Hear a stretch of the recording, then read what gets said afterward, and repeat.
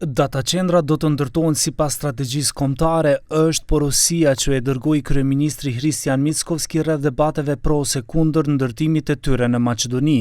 Siç thot ai, përderisa është kryeministër, do ta zhvillojë shtetin dhe duhet të ecet në hap me teknologjinë. Një nga këta hapa sipas tij është ndërtimi i qendrave të dhënave, të cilat, siç thot, janë e ardhmja e njerëzimit. Qendrat e të dhënave do të ndërtohen sipas kushteve ligjore dhe në vendet ku ekzistojnë kushte që kjo industri të zhvillohet. Në pyetje nëse ka nevojë për shqetësim për shkatrimin eventual të burimeve natyrore dhe mjedisit jetësor, Mickovski u përgjigj. Apsolutno ne ќе се градат дата центри согласно националната стратегија, затоа што повторно ќе кажам, тоа е иднината на човештвото. Човештвото се движи во таа насока. Минатата година, 25 или 24 не ме држате за збор, Франција има 68 милиарди евра инвестиции во дата центри.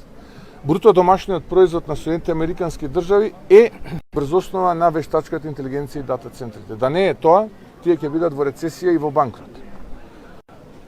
Сите ние треба сега да одлучиме дали ќе влеземе во политичко мучуриште на опозиција, која што не се разбира и која што испраќа вести кои што немаат никаква врска со реалноста, или ќе го фатиме чекорот со правецот во кој што се движи човештвото. Ka ana tjetër, opozita përderisa kritikon dhe është kundër ndërtimeve të qendrave të dhënave. Sipas LSDM-s, Maqedonia nuk ka sistem të qëndrueshëm energjetik për një gjë të tillë. Maqedonia nuk ka sistem të qëndrueshëm energjetik që Mickovski të premtoi paraprakisht burime shtetërore, pa e ditur publiku se sa do të kushtoj kjo dhe kush do ta paguaj faturën. Kjo nuk është strategji për zhvillim, por bigjozi rrezikshëm me ujin, energjinë elektrike dhe tokën e qytetarëve. LSDM-ja nuk ka asgjë kundër investimeve që sjellin zhvillim, vende pune dhe teknologji të reja, por investimet duhet të jenë në interes të Maqedonisë dhe jo që burimet e Maqedonisë të vijnë në funksion të fitimeve të huaja.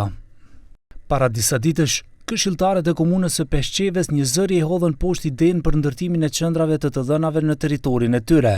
Kjo sipas deklaratave të kryeministrit Mickovski ka qenë një iniciativë private dhe ai nuk ka dashur të hyjë në detaje për këtë rast. Megjithatë, ai njofton se 5-6 kompani tashmë kanë qenë të interesuara për investime dhe ndërtimin e qendrave të dhënave, ndërsa siç thot, përderisa ata janë në pushtet, nuk do të heqin dorë nga kjo ide.